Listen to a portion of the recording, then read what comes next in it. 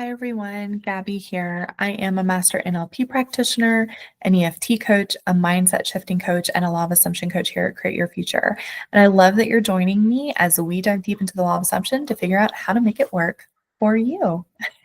So really quickly, if you have a question that you would like answered or a video suggestion, go ahead and put that in the comments down below. We are definitely still giving away a free course on how to identify and get rid of your blocks. That is in the description box below. Also, for all of my new and old clients out there, I am hosting a client appreciation sale. Thank you so much for always working with me and choosing to work with me. I love helping you all. You can take advantage of that sale by typing in the code LOVE20, LOVE20, for 20% off a one-on-one session with me. So that's pretty significant. So go ahead and go run and grab that. It is for the first 100 sessions booked. So as soon as 100 sessions have been booked with that code, the code will expire. So go ahead and go grab it now. All right. So this week we are going to jump into my own manifestation story about money. Okay. Now, some of my clients have heard this story already, but I thought it was time I brought it to all of you. Okay. So let's go ahead and let's dig in. I hope you guys have your popcorn. So let me see, what year are we in? This is 2024. So 2023. So January of 2023, I lost my job. There was a medical issue and I lost my job. Now, this job was a career that I had been in for 15 plus years. And it's interesting because I manifested the medical issue and losing my job, looking back on it, because I was burnt out, I was exhausted, and I was trying to figure out a way to get out of my career and move into a different career. Okay. So that happened. When that happened, I received a settlement for about a couple of months worth of severance. And then I had some savings as well. Very quickly, bills piled up and I was on unemployment insurance. I was living off of food stamps, trying to figure out how to make ends meet. I was working odd jobs at low pay because I was not able to find a salary role. And I was applying, I was freaking out that I was making it all the way through like round 5 of interviews. And then just to be told I didn't get the job, right? So as you can tell, just based off of what I'm talking about, my mental diet was not where it needed to be in order for me to land a significant income career. Okay. So during this time frame, I, was calling my bill companies, like my utility company, et cetera. And I was just asking, hey, is there any way that I can pay a small amount? Is there any way we can, put a schedule, payment plan together, et cetera? And it was at that moment that I talked to a customer service rep who said to me, my sister was in a very similar situation. And you might just want to see if there's anything around you that provides additional assistance, such as a grant or something like that. And I thought about it and I was like, I thanked her for her time. And of course, she helped me. So I thought about that and I was like, okay. So then I started thinking to myself, you know what would I want right now more than anything? I was living in food insecurity. I was living in financial insecurity. I was worried that the next bill that came through was going to land me living out of my car. I was in a very difficult place. And so I was like, listen, Gabs, you know how to do this. You've manifested so many things. Let's figure out why you have the relationship and story you have with money right now, why things are so difficult, and let's move forward with a plan. So I started thinking about, okay, well, what have I always told myself about money? Well, I grew up in a household where I was told money doesn't grow on trees. We got to go shopping for like school clothes one time a year. When we went grocery shopping, we had to really kind of pinch and save. We had to buy a lot of processed ingredients growing up so that we could extend the life of our food. I came from a really big family, so there were a lot of mouths to feed, which also meant there wasn't a lot of extra money to go around, right? So this was the story that I had about money. I also remember conversations with my mom when I was a teenager about how money always comes and goes. You can't take it with you when you die. So you might as well spend it while you have it, or while you're still alive. And also on the flip side, conversations with my dad around how you need to save everything you possibly can because money may not be there. Bad things happen all the time, and you're going to need money to help you out of those situations.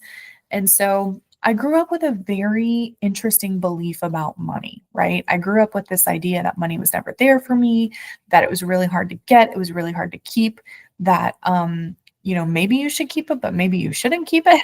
I had a lot of really interesting stories. So I said to myself, what new story do I want to have about money? And I thought about, wow, wouldn't it be amazing if money were like my partner?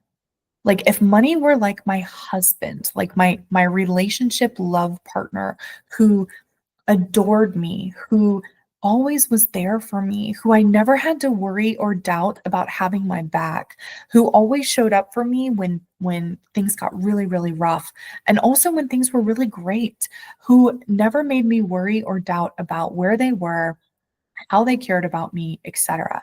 So I said, you know what? Let's just start playing with money and my money story in that sense. So I started telling myself, I am the love of money's life. Money adores me. Money's always there for me. It always supports me. It always shows up for me. I never have to worry about it. It's always there when I need it. It's always there when I don't need it, too. That I have it in abundance because, of course, it wants to always be there for me and take care of me. As I started telling myself this, I started to see really small confirmations of what was happening in my life. I started, especially with the story, I started to get smaller, like independent contract and freelance roles offered to me. I started to be treated to dinners and lunches from friends and family members. My mom surprised me one day by taking me clothes shopping, which not necessarily direct money to me, right? But still money, right? That's still coming in. There's still abundance there. And then the most beautifully interesting thing happened. I went and filled out a program application for a program who provides job coaching and interviewing assistance for those who are transitioning between jobs. And in doing that, I had no idea. In doing that, I was applying for a grant. I received $16,000 in a grant to pay my rent. They offered to pay 3 months worth of grocery bills for me, which meant I got to go grocery shopping with them, and then they picked up the tab. This organization, I was able to purchase things that I hadn't been able to purchase in the last 6 months for my own self, like feminine products, etc. And they put new tires on my car, new brakes on my car. They paid for my state inspection on my car to get my registration up, because that had lapsed because I couldn't afford it, right? So all of these things came in. I had this influx of money come in, this influx of abundance, right? And I will tell you, all it took was changing my story. All it took. And it manifested in the most beautiful way possible. Like I said, I went into a program, I filled out an application so that I could receive job interview coaching experience, right? That's what it was supposed to be, is for coaching for job interviews, helping you with your plan to apply for jobs and how do you follow up with jobs, etc. And this is what I got. I didn't even know, I had no clue that I was applying for a monetary grant in applying for this service. And so money showed up for me in the most beautiful of ways. And really and truly, it's all about changing your story, right? Changing who you are in relation to the desire, right? And thinking about, did I need money? Yes. But was money really what I was trying to manifest? Or was it the experience of feeling secure? Was it the experience of feeling like all my bills are paid for and taken care of, and I'm taken care of? It was the experience of I can purchase some of these things I haven't been able to purchase in a while. It was the experience of feeling valued, feeling more secure, feeling cherished, right? Those were all the experiences I was actually searching for in my manifesting money. And that is why I always encourage you to think about, what is the experience you want to have?